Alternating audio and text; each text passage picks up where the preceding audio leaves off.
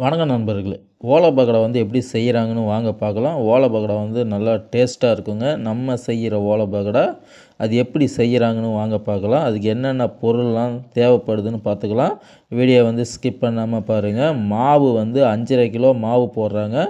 அதுக்கு 100 gram salt எடுத்துக்கிறாங்க. மிளகாய்த்தூள் ஒரு 50 கிராமு, ஜீரகம் 50 கிராமு, பெருங்காயத்தூள் ஒரு 1/4 டீஸ்பூன் எடுத்துக்கிறாங்க. இதாங்க இதுக்கு தேவையான அளவுக்கு தண்ணி ஊற்றிக்கிறாங்க.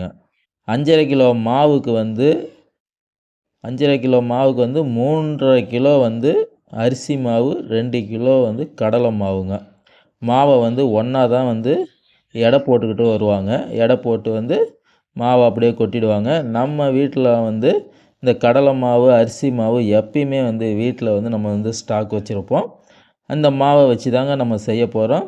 சாப்பிட்றதுக்கு அந்த அளவுக்கு நல்லா டேஸ்ட்டாக இருக்கும். இதுக்கப்புறம் இந்த வீடியோவை நீங்கள் பார்த்ததுக்கப்புறம் இதுக்கப்புறம் நீங்கள் கடையிலேயே போய் வாங்க மாட்டீங்க. நீங்கள் வீட்டிலேயே செஞ்சு சாப்பிடுவீங்க. அந்த அளவுக்கு நல்லா டேஸ்ட்டாக இருக்கும். நம்ம எந்த ஒரு கெமிக்கலையும் அதில் சேர்க்கலை.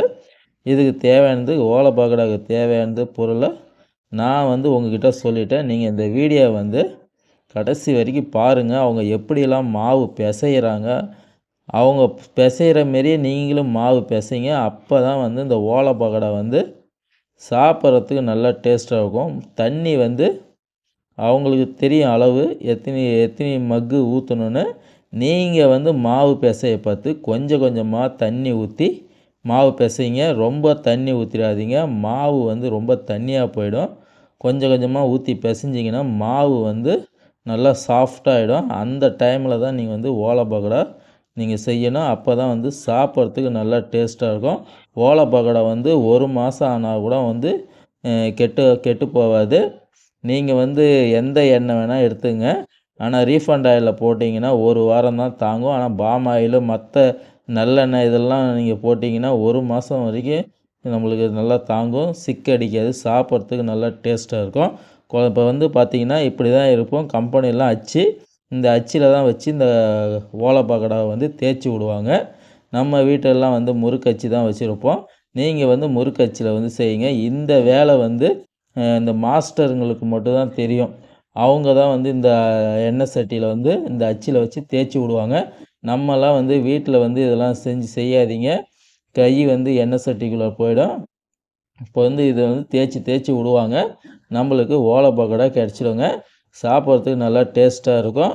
நம்ம சேனலை இப்போ தான் நீங்கள் புதுசாக பார்க்குறீங்கன்னா Vijay all in one Tamil சேனலை மறக்காமல் சப்ஸ்கிரைப் பண்ணிங்க. பக்கத்தில் இருக்கிற பெல் பட்டனை தட்டி விட்ருங்க. மறக்காமல் உங்கள் ஃப்ரெண்டுங்களுக்கெல்லாம் ஷேர் பண்ணுங்கள், லைக் பண்ணுங்கள், கமெண்ட் பண்ணுங்கள். இவர் தான் மாஸ்டர். இங்கே எல்லா பொருளும் இவர் தான் தயார் பண்ணுறாரு. இப்போ நம்மளுக்கு ஓலை பக்கோடா ரெடி ஆகிடுச்சிங்க. மாவு பிசைஞ்சு எண்ணெயில் போட்டு எடுக்கிறதுக்கு குறைஞ்சது 20 நிமிஷம் தான் ஆகும். இந்த ஓலை பக்கோடா சாப்பிட்றதுக்கு நல்லா டேஸ்ட்டாக இருக்கும். நீங்களும் வீட்டில் செஞ்சு பாருங்கள். நம்ம சேனலில் இந்த முறுக்கு, சிப்ஸு, நவதானியம், மிக்சரு, காரா பூந்தி, காரா சேவு, இந்தமாரி ஸ்நாக்ஸ்லாம் எப்படி செய்கிறாங்கன்னு சொல்லிட்டு நிறைய வீடியோலாம் போட்டிருக்கிறேன். போயிட்டு பாருங்கள். இப்போ ஓலை பக்கோடா ரெடி ஆகிடுச்சிங்க.